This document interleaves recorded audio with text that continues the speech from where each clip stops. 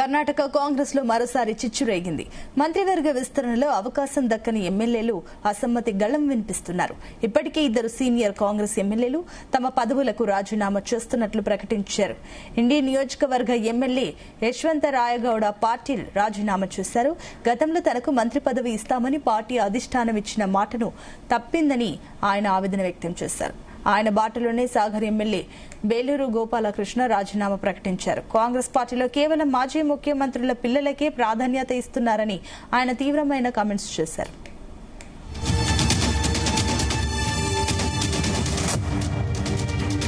ఇదే అంశానికి సంబంధించి మరిన్ని డీటెయిల్స్ మా చీఫ్ న్యూస్ కోఆర్డినేటర్ రాధాకృష్ణ అందిస్తారు. రాధాకృష్ణ. Good evening Sunitha. కర్ణాటక కాంగ్రెస్ లో ఒక రకంగా పొలిటికల్ గా ఇప్పుడు మొదలైందని చెప్పాల్సి ఉంటుంది. ఎందుకంటే క్యాబినెట్ విస్తరణ అంశం మొత్తంగా ఆ పార్టీకి సంబంధించి ఎమ్మెల్యేలో ఒక తీవ్ర అసంతృప్తి నెలకొంది. ఇది ఏకంగా రాజీనామా చేసేంత వరకు కూడా వెళ్ళిందని తెలుస్తుంది. సో మొత్తంగా ఈ రోజు కాసేపటి క్రితమే క్యాబినెట్ విస్తరణకు సంబంధించినటువంటి పేర్లు ఖరారయ్యి దాదాపుగా 20 మందితో కూడినటువంటి ఒక జాబితా వెలువడింది. సో డీకే శివకుమార్ ముఖ్యమంత్రి మిగతా మంత్రులకు సంబంధించి జాబితాను మొత్తం రెడీ చేసి ప్రకటించారు. దాంట్లో ఒకవైపు డీకే వర్గీయులు, మరోవైపు సిద్ధరామయ్య వర్గీయులు మొత్తంగా బ్యాలెన్స్ చేస్తూ ఒకవైపు వీళ్ళు ఇద్దరు కీలకమైన నాయకులు కాబట్టి ఆ నాయకులకు సంబంధించినటువంటి సన్నిహితులను కేబినెట్ లో తీసుకోవడం ఒక అంశం అయితే, అదే సందర్భంలో సామాజికంగా అక్కడ ఉన్నటువంటి సమీకరణ దృశ్యాన్ని మొత్తంగా కూడా ఈ బ్యాలెన్స్ చేయాలని అనుకున్నారు. సో కొంత మొత్తంగా 20 మంది పేర్లతో కూడినటువంటి ఒక జాబితాను సిద్ధం చేశారు. అయితే ఈ జాబితా వెలువడిన కొద్దిసేపటికే ఎమ్మెల్యేలో కొంతమంది ఎవరైతే మంత్రి పదవులు ఆశించారో ఆ మంత్రి పదవులు ఆశించి భంగపడ్డవారు వెనువెంటనే తీవ్ర అసంతృప్తితో రగిలిపోతున్నారు. ఏకంగా రాజీనామా చేసే పరిస్థితి కనపడుతోంది. ఇప్పటికే ఒకరు మనకు అంతున్న సమాచారం ప్రకారము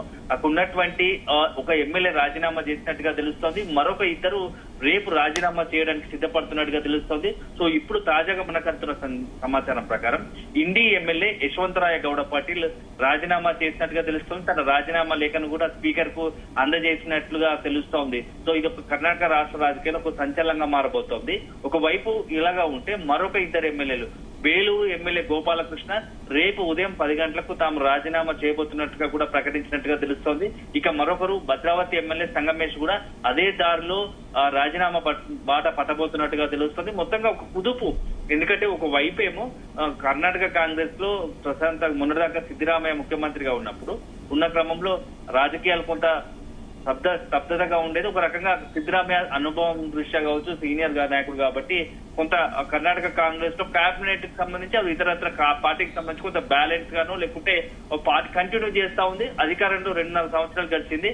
సో అంతా సజావుగా సాగుతున్న క్రమంలో ఒక్కసారిగా ఇటు డీకే శివకుమార్ తనకు ఏదైతే అధిష్టానం మాట ఇచ్చిందో తను ముఖ్యమంత్రి చేయాలని చెప్పేసి అనుకున్నట్టుగా ముఖ్యమంత్రిగా చేయాలని డిమాండ్ చేస్తున్న నేపథ్యంలో సో అధిష్టానంగా ఎటకేలకు డీకే శివకుమార్ ముఖ్యమంత్రి అవకాశం ఇచ్చింది. సో అవకాశం ఇచ్చినప్పటి నుంచి ఈ మంత్రివర్గ విస్తరణ అంశం మాత్రం డీకే శివకుమార్ కు కత్తి మీద సవాల్గా మారింది.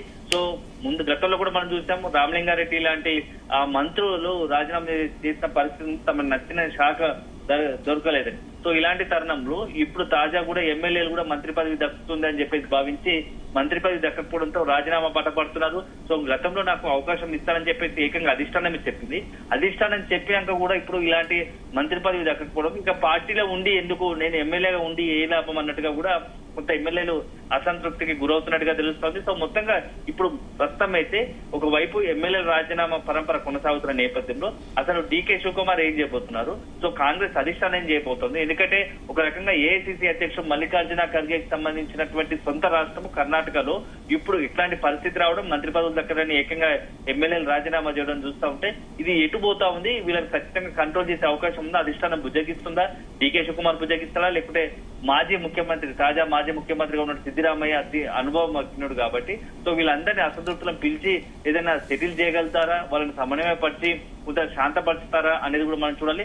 అల్టిమేట్ గా ఇప్పుడున్నటువంటి పరిస్థితిలో ఈ ఎమ్మెల్యేలకు సంబంధించినటువంటి అసంతృప్తి కనుక ఇట్నే కంటిన్యూ అయితే అది మొత్తంగా ఏకంగా కర్ణాటక కాంగ్రెస్ పార్టీకి ఒక రకంగా పెద్ద ఇబ్బందికర పరిస్థితి, ప్రభుత్వానికి అస్థిరపడే అవకాశం ఉంటుంది. ఎందుకంటే ఎమ్మెల్యేలు కనుక ఇప్పటికీ కొంతమంది గతంలో కూడా చాలా మంది మంత్రి పదవి ఎక్స్పెక్ట్ చేసి దక్కక అసంతృప్తి గురైన పరిస్థితి ఉంది. వాటికి తోడు ఇప్పుడు తాజా పరిణామాలు కూడా ఈ ఎక్కువ వైపు దారికి మళ్ళుతాయో. సో వెంటనే ఇప్పుడే అధిష్టానం ఒక వైపు డీకే శివకుమార్ తో పాటు అధిష్టానం రంగంలో దిగి అసంతృప్తులను బుజ్జగించే పనిలో ఉన్నట్టుగా తెలుస్తుంది. కానీ ప్రస్తుతానికైతే యశ్వంతరాయ గౌడ పాటిల్ మాత్రం తన రాజీనామాకి కట్టుబడి ఉన్నట్టుగా ప్రకటిస్తున్నారు. మరోవైపు ఎమ్మెల్యే గోపాలకృష్ణ కావచ్చు, ఎమ్మెల్యే సంగమేష్ కూడా తాము కూడా ఎట్టి పరిస్థితుల్లో తగ్గేది లేదు, మంత్రి పదవి దక్కాల్సిందే అన్నట్టుగా కూడా భీష్మించి కూర్చుంటున్నారు. ఇలాంటి తరుణంలో ఇప్పుడు ఏం జరగబోతోంది అనేది మాత్రం చాలా ఆసక్తికరంగా మారింది. సో ఒకవైపు ఇప్పుడు జరుగుతున్న పరిణామాల నేపథ్యంలో మరోవైపు ఇటు బీజేపీ అదేవిధంగా ఎన్డీఏకి సంబంధించిన ప్రతిపక్షంగా ఉన్నట్టు కర్ణాటకలో ఎన్డీఏ ప్రతిపక్షంలో ఉంది. సో ఇప్పుడు బీజేపీ సంబంధించినటువంటి జేడీఎస్ కూడా చాలా సీరియస్ గా అక్కడ ఉన్నటువంటి పరిస్థితుల్లో పరిణామాలు చాలా ఇష్టంగా పరిశీలిస్తున్నాయి. బీజేపీకి అక్కడ ఏ మాత్రం అవకాశం వచ్చినా ఎలా ఉండబోతోంది, ఎమ్మెల్యేలు అసంతృప్తి అవుతున్నారు. ఒకవైపు ఇప్పటికి కూడా అక్కడ ఉన్నటువంటి ప్రభుత్వము సంబంధించి కర్ణాటకలో కాంగ్రెస్ ప్రభుత్వం ప్రజలకు ఇచ్చిన హామీలు నెరవేర్చకుండా సొంతగా మంత్రి పదవుల కోసము ఇట్లా పదవుల కోసం కొట్లాడుకుంటున్నారు.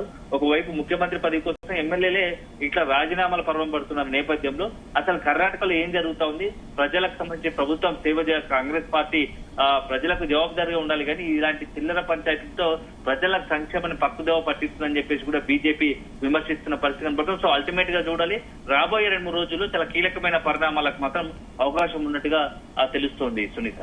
Right, thank you Radhakrishna.